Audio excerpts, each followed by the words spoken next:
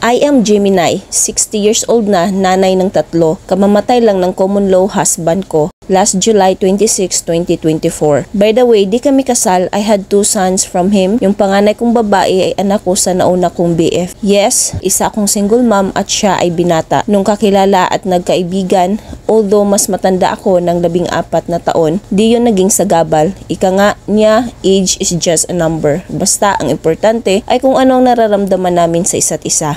We stayed together for 21 years at sa buong pagsasama namin mas lalong doon ang dusa, pighati at dram-dram na luha. Nagbisyo ng ipinagbabawal na gamot ang asawa ko kaya lumaki mga anak ko na nakikita kaming nag-aaway at minsan ay pisikalan pa. Pero kahit nagkaganon, never niyang sinasaktan o sinisigawan mga anak namin. Mating ang pandemic, sinubo kami ng tadhana at nagka-mental health problem bunso naming anak which was 16 years old at time. Sinabi ng anak ko, kami daw dahilan kaya siya nagkaganon, panay away, murahan, sigawan at sinabi pang gusto na niya kaming patkin.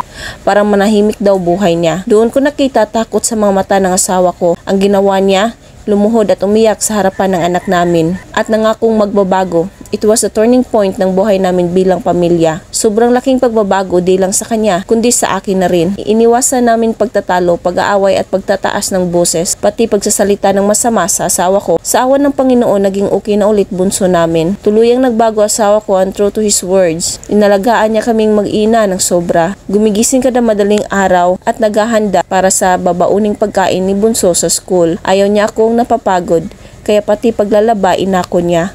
Although may daily maintenance na siya dahil may enlargement of the heart, pinipilit pa rin niya akong tulungan.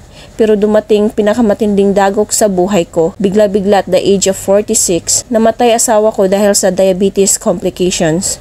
Ang sakit dahil di ako handa. Mukhang bibig niya lagi na aalagaan niya ako pagtanda ko. Sa totoo lang, sinisisi ko ang sarili ko dahil di ko naagapan sakit niya. Dumadaing siya pero pinagwalang bahala ko. Di ko pinansin mga sintomas like ihi ng ihi, uhaw palagi at panalabo ng kanyang mata. Hindi ko agad dinala sa doktor kahit lagi niyang sinasabi mga kakaibang nararamdaman niya sa katawan. Noong pinadoktor ko, natumba siya sa CR namin at noong dinala ko sa ospital, namatay siya pagkalipas ng 5 oras. At galit na galit ako sa sarili ko. Di ko siya inaasikaso kagaya ng pag-aasikaso niya sa akin. I hated myself, I cursed myself. Ang daming what if, mga sana, pero huli na ang lahat. Para akong mababaliw dahil hanggang ngayon, araw-araw umiiyak pa rin ako. Pinipilit kong mabuhay pa rin dahil sa mga anak ko, pero laging dinadalaw ng lungkot. Lalo pa pag nakikita ko larawan niya, para akong baliw na kinakausap, yakap-yakap ko at panay hingi ng sorry. Namimiss ko asawa ko ng sobra. Kaya sa mga readers and listeners, sana magsilbing aral sa inyo ang aking kwento. Pag dumaing mga asawa natin, huwag baliwalain dahil kagaya ko, magsisisi man ako, pero huli ng lahat. Sana mapatawad niya ako sa aking mga pagkukulang at sana mapatawad ko rin ang aking sarili.